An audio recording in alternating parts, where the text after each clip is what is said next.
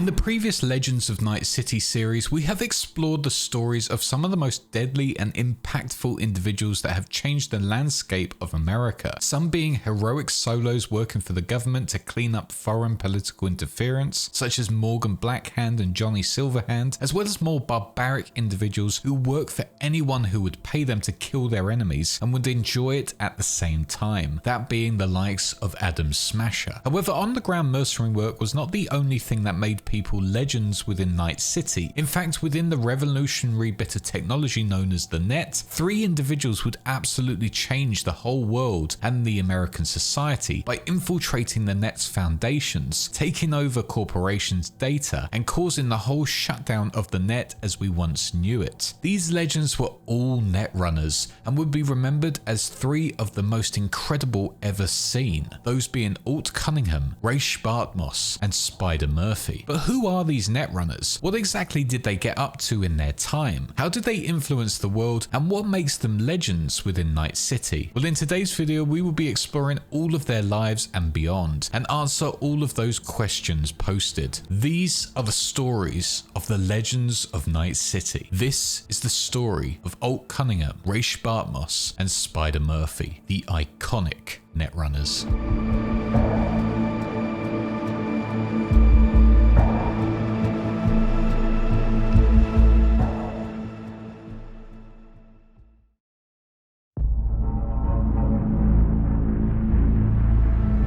During the 1990s, the world was going through a massive technological shift as the net was officially set up. This whole piece of groundbreaking technology was not a text-based system that our real-life internet was based around. Instead, it went straight into an international sharing platform similar to our internet of the 2013s. Graphically, the net was so advanced for its time, every site was composed into one engine, and everything you wanted to get to was easily accessible without you having to type out a URL or find it through a search engine. The net would go on to allow appliances and even cybernetic limbs to become far more common within the world, allowing them to connect to the net, get frequent updates, and function to the highest standard for all customers. Most people who access the net are simply using it through a modem, a computer, or a smart device, and they can see all that is on offer from advertisements to news to entertainment and so on. However, the 3D virtual world can only be accessed by skilled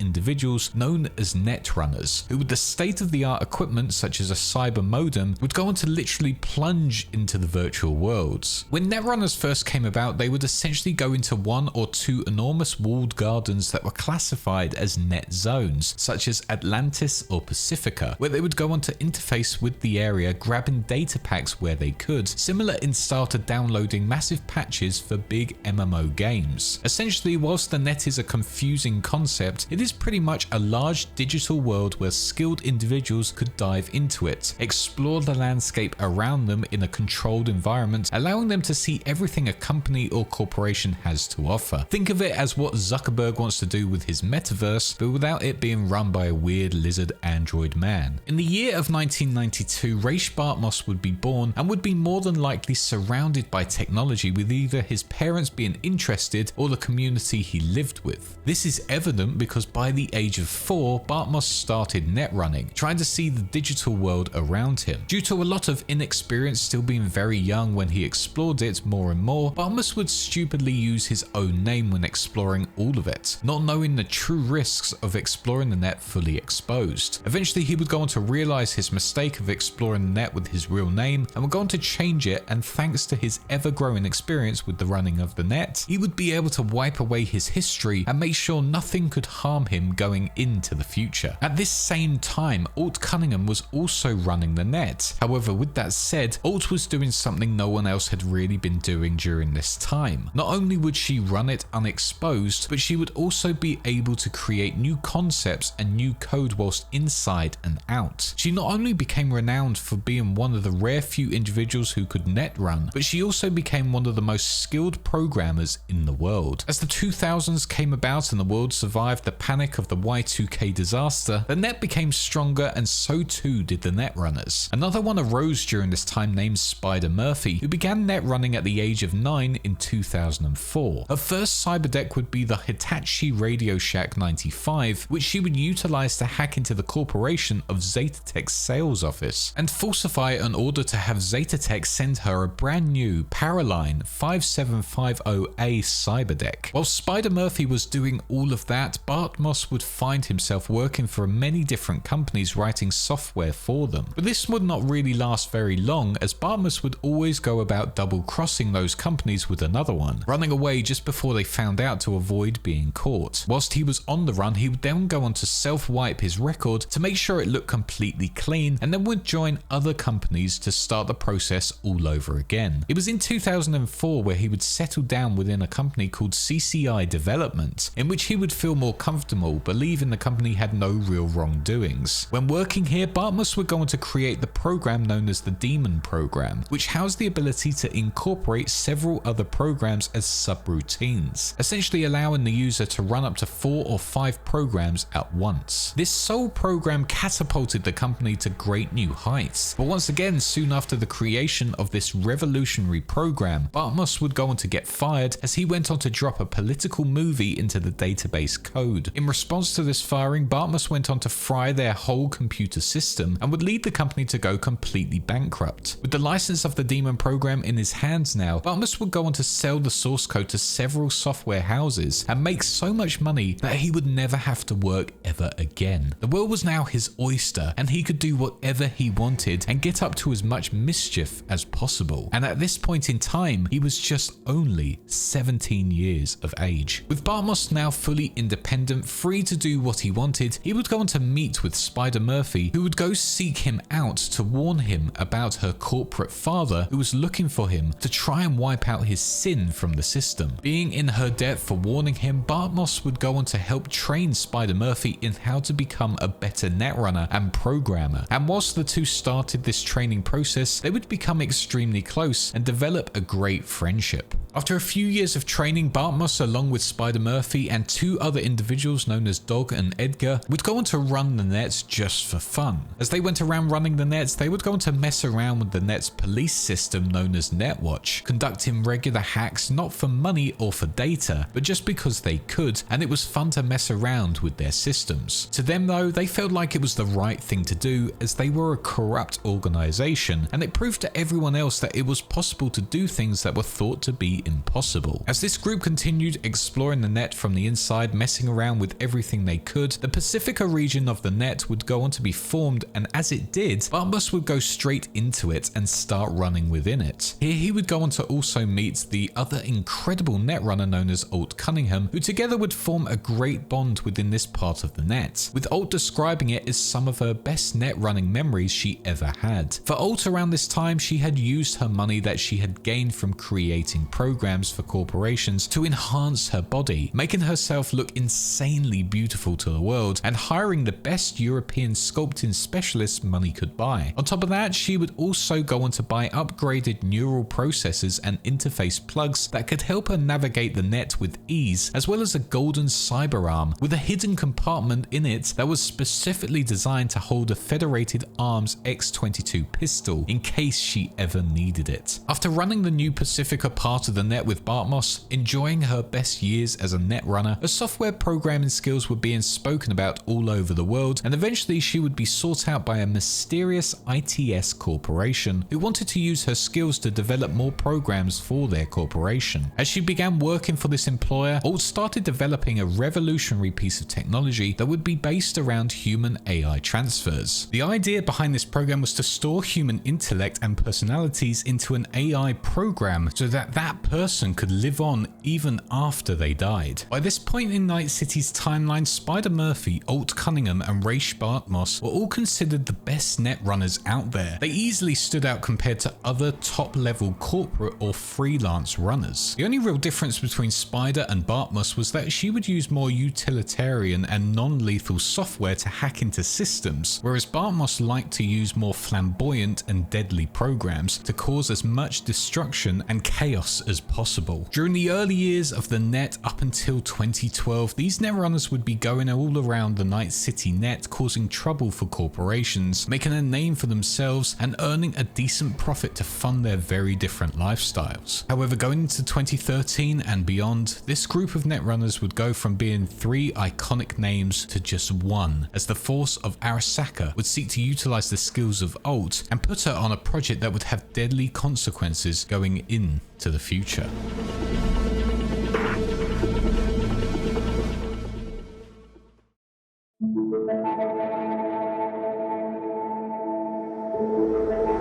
Before the events that would shock the Netrunner world in 2013, Alt would go on to meet her new lover, a famous rocker boy known all across the world known as Johnny Silverhand. Silverhand was known for being an extremely outspoken individual, hitting back against any and all corporations who he believed to be extremely corrupted, as well as his own government, who had sent him and his friends into a disgusting corrupt war that saw many lose their lives and their own citizenship after it finished. Now in a relationship with this rocker boy, she would be exposed to the anarchistic lifestyle and the danger that came with it. As 2013 came around, Alt's work for the ITS Corporation was getting further along, as she got a breakthrough in the Human Transfer and Containment of Intelligence program. This program was finally up to scratch and was able to transfer the user's mind into the net and explore independent of their existing body. ITS was thrilled by this creation of Alt's and capitalized on it, planning to develop it further into a weapon known as the Soul Killer. The idea was, instead of transferring personalities, it would capture them and imprison them. Alt would of course be a part of this process, however it is unknown if she liked what her program had been turned into. This all came to a head on the 15th of April 2013 when Alt attended Johnny Silverhand's concert. Her skills in programming were so well known all over the world, and word had started spreading about the Soul Killer program that was in development. As the two settled their differences leaving the gig venue, a group of hired mercs would surround the two, pretending to be loyal Silverhand fans. Grabbing Alt, these mercs would in fact be working for Toshiro Harada, a CEO of the corporation of Arasaka, who wanted to acquire the Soul Killer program in which Alt was working on and utilize it for their own goals. Loading Alt into a van, they would injure Silverhand by stabbing him with 2 mantis blades to make sure he could not follow them and get Alt back from their clutches. However, this did not stop Silverhand, as he would set out on one mission, and that was to rescue Alt and fight back against Arasaka, who he now hated with a passion. As Alt was held captive within Arasaka's HQ, she would go on to rebuild the software from her memory and watched closely with fear as Arasaka would test it on her. As the tests went on and on, Alt decided it was wise to develop a failsafe to ensure if things got worse, she could make her escape. Whilst Alt came up with her escape plan, Johnny and a group of fellow hired mercs, including his ex-rogue, started a riot outside of the Arasaka Tower in Night City, utilizing his fans. And whilst the diversion was taking place, the rest of the team, eventually joined by Silverhand, would raid the tower looking out for Alt. Knowing full well that Silverhand was on his way to rescue Alt, Harada used the Soul Killer software on her, but before he was successful, Alt was successful in fending off the attack, killing the Arasaka Netrunner team in the process. At the same time, Johnny would incapacitate Harada's bodyguard Akira, getting closer to them. As the raid party got closer to Alt, Harada made sure that Silverhand could never get his hands on her ever again, as he would lock her into the net. As Silverhand got into the area in which he was keeping her, Silverhand immediately killed Harada, not giving him a chance to explain himself, and quickly disconnected Alt from the system. However, as he did so, it would go on to kill Alt in the process, leaving her as just a lifeless corpse. The only trace of her left, however, was left within the net, in which she would be trapped forever. With Silverhand distraught by what had just happened, he would go on to leave Night City and join up with the nomad clan of the Aldecados to collect his thoughts and also let the heat die down from the riot and raid he started on Arasaka. It wasn't long after this raid until Johnny would go on to be contacted once again by Alt's digital personality, telling him that she was still in the Arasaka Tower. However, it was not wise to come after her. He had to just accept that this is where she was, and he would have to live without her now. During this dark time for the Netrunner community as well as Johnny Silverhand, beforehand, Bartmoss would go on to move into a co-napped building on the edge of the lawless combat zone in the South Night City area. Moving in here, he would demand that anyone who did not have a neural implant to leave the building, and instead demanded to have corporate workers with these processes installed to move in. The reason why he wanted this was so that he could install within them a hidden subconscious personality program to control them every time he wanted. With these drones essentially working for Bartmoss every time he wanted them to, he would use them for surveillance and protection to make sure no one could come for him, and if they did, he would be able to fend them off without having to fight himself. This project would take a few years to fully come to fruition, however, and would eventually be working in 2019. Back in 2014, however, a new transformation algorithm known as the Ahira Grub was released, which was to help reform the net to make it look and feel more modern. Bartmoss knew that the net would be fully reformed with this algorithm and likely shut down for a bit, but regardless of that fact, he would stay within the net whilst it was being unplugged to watch it be fully redesigned. But whilst in the net, Bartmoss would suffer a near fatal experience as his heart would stop for a full 10 seconds. Luckily for him, he would recover and go back to normal, but this was certainly something that was going to be a life-changing experience going forward. That following year, Bartmoss went on to meet with another netrunner named Kimi Tara, who he would meet in the net and would take her out on a date. The date went better than expected as the two went on to sleep together, which weirdly Bartmoss went on to regret in the future. But this was most likely due to the fact that after this event, Kimi moved on to yet another person within the media industry, leaving behind Bartmoss. This made him despise all physical relationships from this moment forth and pledged to never get into one ever again. As the 2020s came around, Bartmoss had finally set up his full drone system, having all of the corporate individuals living in his building doing his bidding whenever he wanted them to. However, before he could continue on his net running mischief, Bartmoss would yet again experience another heart attack, but this time it would fully kill his physical body. Luckily, thanks to things put in place due to the last heart attack, Bartmoss was attached to a life support machine that sensed this new attack and would go on to super cool his body. During this attack, Bartmoss was also within the net, and because of that, that is where he continued to live, unable to come back into his physical form. Whilst in the net now living his new digital life, Bartmoss would try to contact Spider Murphy for 10 months straight, sending her an email to inform her of his physical death, as well as telling her his full life memories, so that they could finally finish the book the two had been working on in their years prior, which was called Rache Bartmoss's Guide to the Net. Eventually, Spider Murphy would receive a predetermined "thought you might be interested" code from Bartmoss, which contained all of his stories, as well as information that he was still alive, but only within the net, as she would compile the Life Memories book, as well as her own, which she would label as Rache Bartmoss's Brainware Blowouts, which she would release with her fellow netrunners Dog and Edgar. Before Bartmoss said his final goodbye to Spider Murphy, however, he would go on to release a program called Succubus 3 and made it look like Spider Murphy's net icon as a last Big Brother prank, making her become a lust object to what he claimed were hormonally challenged losers on the net. Bartmoss didn't fully release this program until after his physical death to make sure that Spider Murphy could not get her revenge on him. The year was now 2021 and the fourth corporate war was officially in full swing between the corporate powerhouses of Arasaka and Militech. To hit Arasaka back hard, Militech came up with a plan to attack them from the inside and shut down their deadly program of the Soul Killer 2.0. With this plan in mind, Militech contacted the dead pairing of both Bartmoss and Alt to get them to attack Arasaka from within the net in which they now lived. Alt agreed quickly, trying to get revenge on the corporation who put her there in the first place. However, Bartmoss did not respond immediately. Alt saw this as an opportunity to reach out to Bartmoss after years of not being in contact and tried to convince him to join the cause and use his skills to hit back against this dangerous corporation. After much convincing, both Alt and Bartmoss joined forces, helping Militech to track down the Soul Killer program, bringing on board Spider Murphy for assistance as well. Eventually, the three netrunners were successful in tracking down the master program of Soul Killer and told Militech of all of the information they needed. But for Bartmoss, this was not a good thing going forward, as his signal would be tracked down and the corporate raid would take place on his co-napped building. Bartmoss, knowing full well that his time was running out, contacted Spider Murphy for the last time, inviting her to a chat room where he would go on to confess his love for her, and after that, released his new virus known as Rabbids into the net. This virus was extremely aggressive, standing for Roving Autonomous Bartmoss Interface interface drones, which would go on to breach all of the corporate data fortresses within the net and share all of their data online for all to see. With Bartmoss now being fully killed within the corporate raid, the Rabbids virus was released and would go on to trigger the data crash event, which would wreak havoc all over the net, infecting 78.2% of it and triggering lots of AIs to mutate and go fully rogue. Netwatch at this point would massively panic trying to regain control of the situation, but were unable to destroy the rogue AIs. The only way they could survive the attack was to lock it away behind a giant firewall. This forced them into making an intrusive countermeasures electronic called the Black Wall, which would keep the remaining net safe from further attacks. For Bartmoss though, his life had fully come to an end, but his body remained in his life-supporting tub, still being under contract by the company that rented it to him. The world had now gone through not only a horrific war, but also a massive data crash, and going forward, it was time for a full rebuild process. But the fourth corporate war was still not over, and for Spider Murphy and Alt Cunningham, they were still left with a lot of work to do to take out Arasaka and further the goals of the net running world.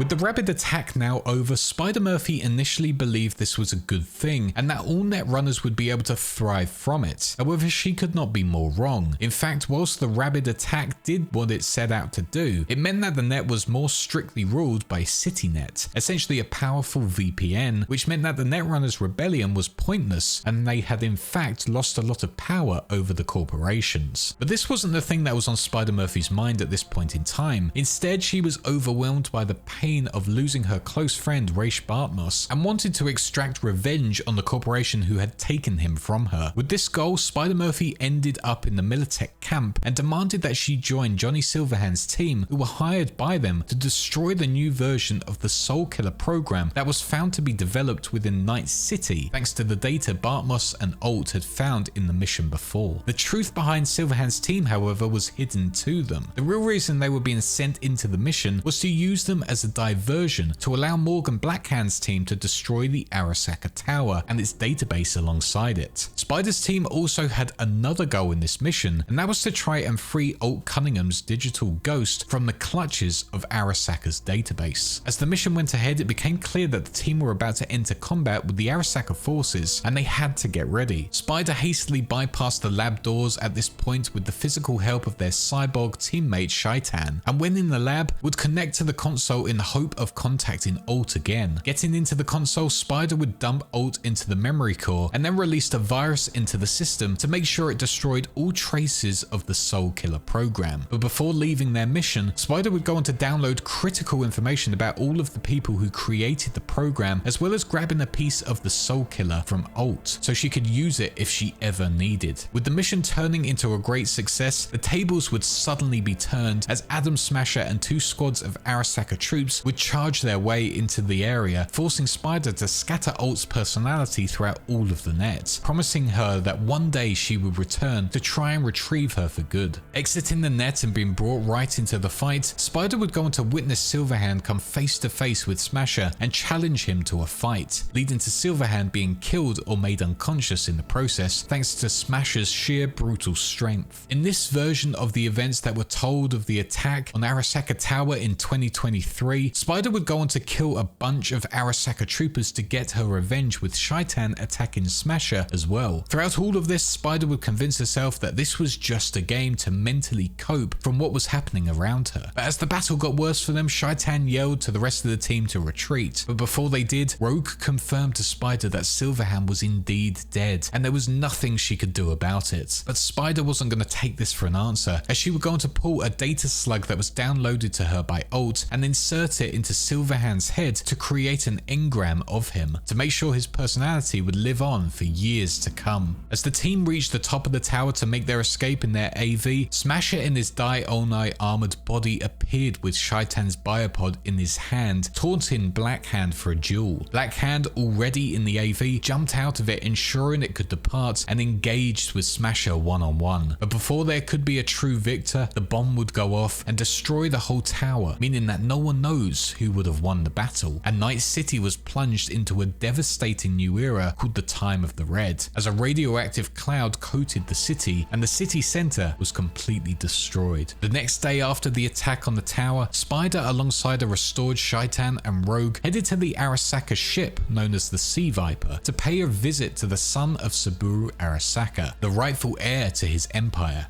When arriving there, Spider would go on to take out all of his guards and also emptied his hidden pistol while he was asleep. Eventually he would wake up and come face to face with her within the special tea ceremony room. When meeting together, Spider presented him with a piece of computer equipment that contained part of the Soul Killer system and convinced him to plug in as a form of taking his own life ceremony as a punishment for ruining his company and dishonoring himself and his family. Kay would go on to oblige, and with that agreement would drink sake together until Kay was officially dead, and with that, Spider would go on to destroy what she thought was the last of the Soul Killer program. After that event, the Fourth Corporate War officially came to an end, with Arasaka being humiliated and cast out from all of America. Spider after this would go outside and bid farewell to Silverhand, Blackhand and Bartmoss, and sat there watching the night sky in silence, whilst also struggling with the feeling of emptiness inside. The war was officially over, but for Spider, it didn't really feel like a great victory, as she had lost too many friends in the process. Decades passed after this event as Spider continued on in her own life. Bartmoss was officially dead, Alt was scattered throughout the net, and both Morgan Blackhand and Silverhand were nowhere to be seen, presumed dead after the destruction of the tower. However, in 2045, it was reported that Alt Cunningham got to work on a new project within the net. This was said to be a digital haven made for the victims of the Soul Killer program. The rumor was that this city was to be set up on a hidden server somewhere within Night City or within the Great White North of Canada. However, after a bioplague wiped out the population of Hong Kong, a ghost town was set up there for those who had lost their lives with that as well. Decades passed again with not much going on between these legendary Netrunners until the year of 2075, when Bartmoss's contract with his cryogenic freezer expired. This was collected up by the owners of the cryogenic freezer, who took the freezer along with Bartmoss's corpse and discarded it at the Badlands landfill at Bartmoss's request. It was only in 2077 when news spread about how Bartmoss was indeed the mastermind behind the whole data crash years ago, and where his body was located, no one really knew. This was until the solo merc known as V received an odd signal directing them to the set of coordinates in the Badlands. It was in the junkyard where both V and Johnny Silverhand's engram would find Bartmoss's body, confirming his death once and for all, putting to rest a decade of urban legends and conspiracy theories. For Alt Cunningham, however, her work was not done yet, as V and Johnny Silverhand would seek her guidance to try and help remove Johnny's engram from V's body to stop them from dying. The only way to reach her, however, was by seeking the help of the extremely experienced netrunners of the Voodoo Boys of Pacifica, who themselves were looking for a way through the Black Wall to access the old net. Entering their company, V would run into the net, witnessing all of Johnny's past memories of Alt and what had happened to her in the process. Eventually, V and Johnny would breach the Black Wall with the help of Alt and speak to her digital persona after she recognized Johnny Silverhand's engram was present. This person in front of them, however, was not Alt at all, but just a rogue AI image of her, who would go on to explain was added to the net after the events of Johnny's 2013 rescue attempt. And now this was all that was left of her, and all that will ever be. This engram in fact just kept the image of Alt to keep itself from going insane as any other AI would in the net over a prolonged sense of time. With all of that said, Johnny pleaded to Alt about what V's goals were, but Cunningham did not see the situation as anything she could be concerned about. Despite that, the two claimed that they could take her to Mikoshi within the Arasaka Tower, and if they did take her there, she would be able to use all of the tech needed to help the two out. But the Alt AI claims that if they were to get to the Mikoshi, they could destroy it, and with its destruction, could be able to create an engram of V, utilizing the Soul Killer program and transfer it back into their own body. Doing so would kill V, but the engram that would be planted into the body would allow the brain to overwrite Silverhand's engram and bring them back to reality. It seemed like the only option, and when V infiltrated the tower, Cunningham would go on to help them further by taking out all of the employees within the area of Mikoshi, as well as keep an eye out on all of the troops sent to take them out. Plunging into the Mikoshi access point, all tried to put the plan into action to save V. However, it became clear that she could not repair the damage done to V's body, and they only had 6 months left to live. Only Silverhand's engram could live inside the body with ease, and that was the only way the body could continue to live. This left them with a horrible choice. Alt would go on to say that the one who would remain behind would go back with her beyond the Black Wall to live with her forever. It would be down to Silverhand and V to solve the situation, and their future would be down to that one vital choice, with one of them remaining as an engram and the other living inside the body, either for the rest of their lives or for just 6 more months. In the end, this would be the final tale for now regarding this Netrunner, as well as the others of Rache Bartmoss and Spider Murphy. The work they had done over the years has not only changed the whole of Night City, but also the whole state of the world, and it's safe to say that the world that is lived in now would not be the way it is without their influence. They have been responsible for the defeat of Arasaka, the whole crash in the net, and the deployment of some of the most revolutionary digital programs the world has ever seen. It is sad that Bartmoss and Alt will never be able to be as influential as they once were before, and who knows where Spider is after all of these years. However, in the year of 2077, Rache Bartmoss's Guide to the Net is still on sale and is still massively popular with many people, which ultimately shows you that Bartmoss, Alt, and Spider will forever be known as some of the best netrunners the world has ever seen, and that